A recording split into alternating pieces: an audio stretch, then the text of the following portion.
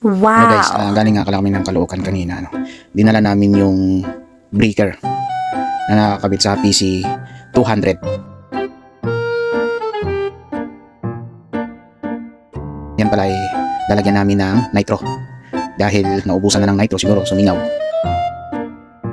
Ayan, nilalagyan na namin ng nitro. Yan na pala yung breaker na yan.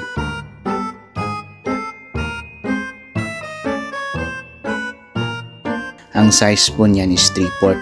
3/4 po yung laki ng kanyang yung matulis. Dyan po ay kinakabit na po yung gauge.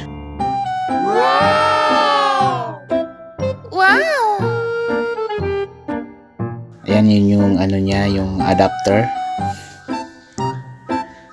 na ipapasok doon sa check valve.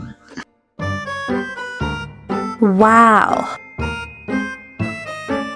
Wow! Ayan. Diyan nga pala nagka-problema kami dahil yung fittings kung saan ikakabit yung ating gauge walang thread.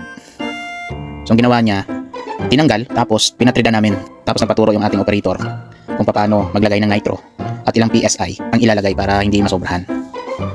So ang required na PSI lang is, ang sabi ay 3 bars.